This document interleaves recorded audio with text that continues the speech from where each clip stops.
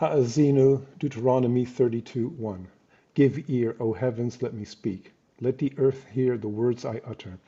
May my discourse come down as the rain, my speech distill as the dew, like showers on young growth, like droplets on the grass. For the name of Hashem I proclaim. Give glory to our God, the rock, whose deeds are perfect, yea, all God's ways are just. A faithful God, never false, true and upright indeed.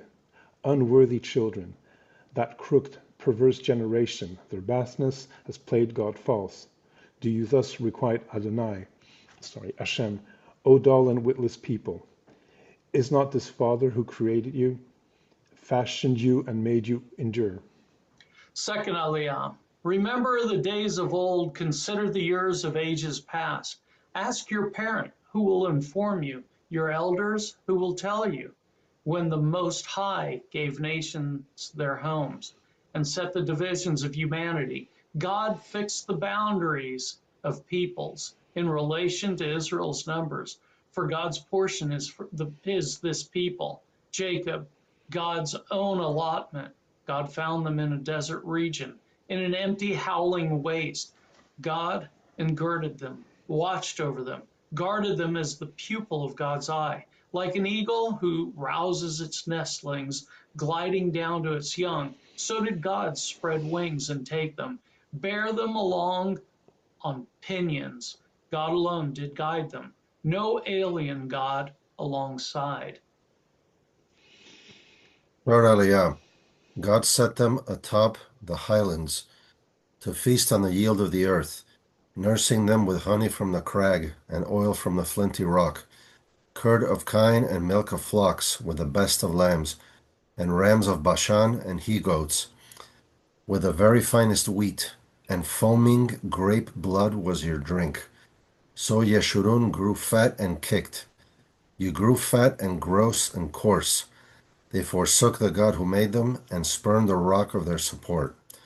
They incensed God with alien things, vexed God with abominations. They sacrificed to demons, no gods, gods they had never known, new ones who came but lately, who stirred not your forebears' fears. You neglected the rock who begot you, forgot the rock who labored to bring you forth.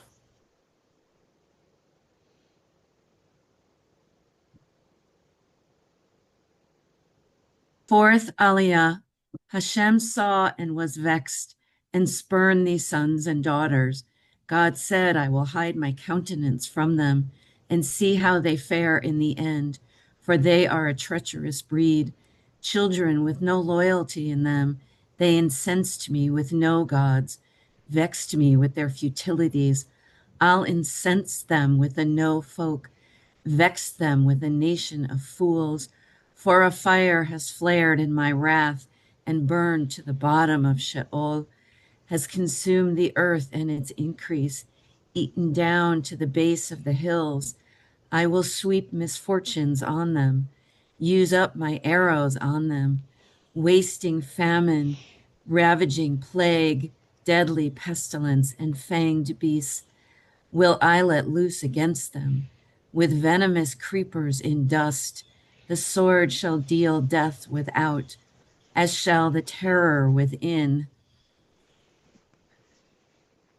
To youth and maiden alike, the suckling as well as the aged, I might have reduced them to naught, made their memory cease among humankind, but for fear of the taunts of the foe, their enemies who might misjudge and say, our own hand has prevailed.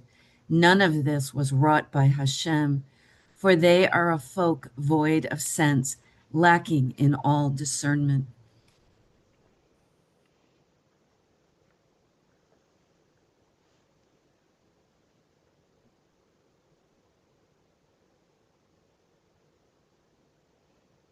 Fifth Aliyah. Were they wise? They would think upon this, gain insight into their future. How could one have routed 1,000 or two put 10,000 to flight unless their rock had sold them? God had given them up, for their rock is not like our rock.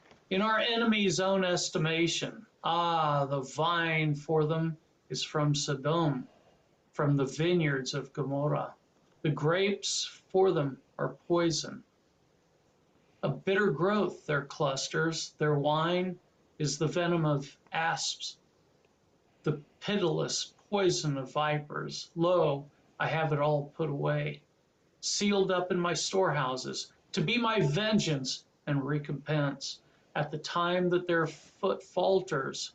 Yea, their day of disaster is near, and destiny rushes upon them, for God will vindicate God's people and take revenge for God's servants, upon seeing that their might is gone, and neither bond nor free is left. God will say, where are their gods, the rock in whom they sought refuge, who ate the fat of their offerings and drank their libation wine?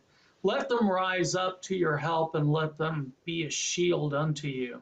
See then that I am the one. There is no God beside me. I deal death and give life. I wounded and I will heal. No one can deliver. None can deliver from my hand. 6 Aliyah. Lo, I raise my hand to heaven and say, as I live forever, when I whet my flashing blade, and my hand lays hold on judgment, vengeance will I wreak on my foes, will I deal to those who reject me. I will make my arrows drunk with blood, as my sword devours flesh, blood of the slain and the captive, from the long-haired enemy chiefs.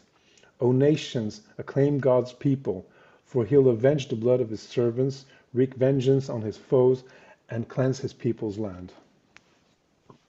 7th Aliyah. Moses came together with Hoshea son of Nun, and recited all the words of this poem in the hearing of the people.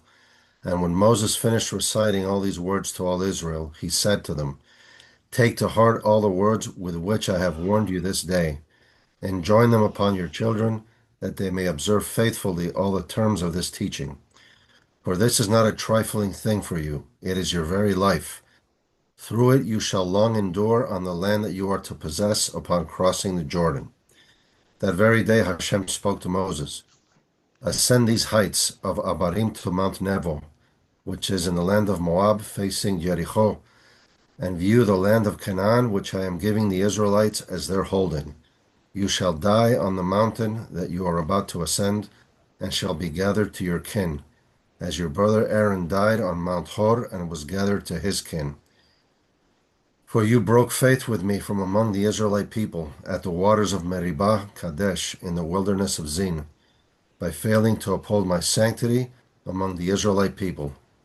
You may view the land from a distance, but you shall not enter it, the land that I am giving to the Israelite people.